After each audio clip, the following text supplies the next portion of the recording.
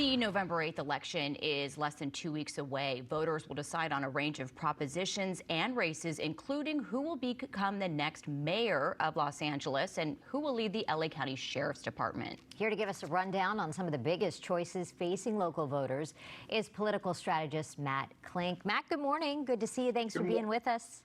My pleasure. Good morning. So let's start with the scandal at LA City Hall. How do you think that is going to impact the November 8th election, specifically the race for LA mayor? Jessica, I think you've seen both candidates try to take advantage of it. Karen Bass has come out very forcefully and said, I work across diverse coalitions. I've set up community groups. I know what it means to interact with multiracial Los Angeles, and I think that she really believes that she's the best candidate for that. But on the flip side, Rick Caruso says City Hall is it's fundamentally flawed. We need some new blood, someone with a different perspective that's not tied to anything at City Hall. And he's really making that push in his television ads and when he's out talking to the public. So I think they're both trying to capitalize on what was a very unfortunate situation with that leaked tape. Yeah, and Matt, let's talk about the latest polling, because according to a poll last week from the Southern California News Group, Rick Caruso now leads Congresswoman Karen Bass by 3 points among likely voters. However, there is a margin of error of more than 3 points, so we are basically at a dead heat.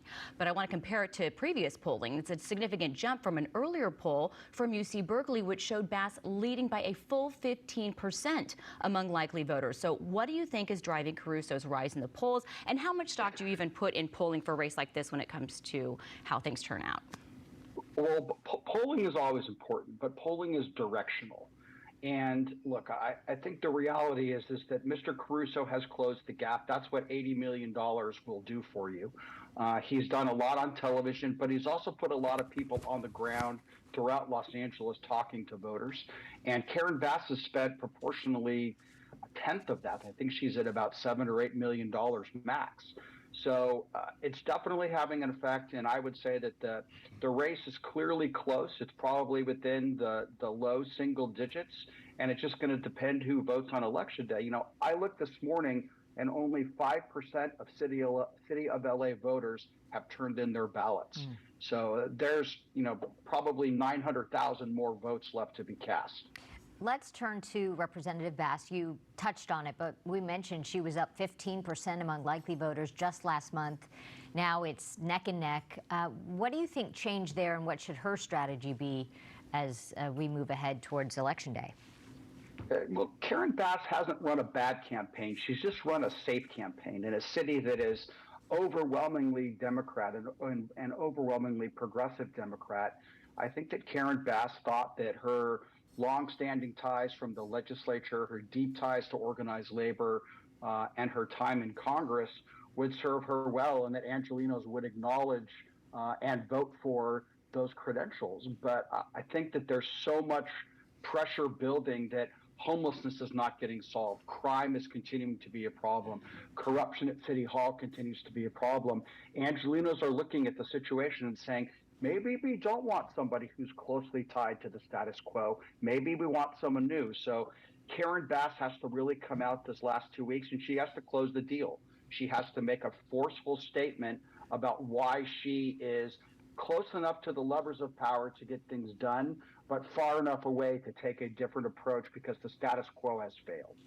Let's turn now to the race for LA County Sheriff, because incumbent Alex Villanueva is facing challenger former Long Beach Police Chief Robert Luna. And the most recent polling from UC Berkeley shows Luna leading Villanueva by 10 points, with 36% of likely voters favoring Luna. Things are closer when you look at all registered voters.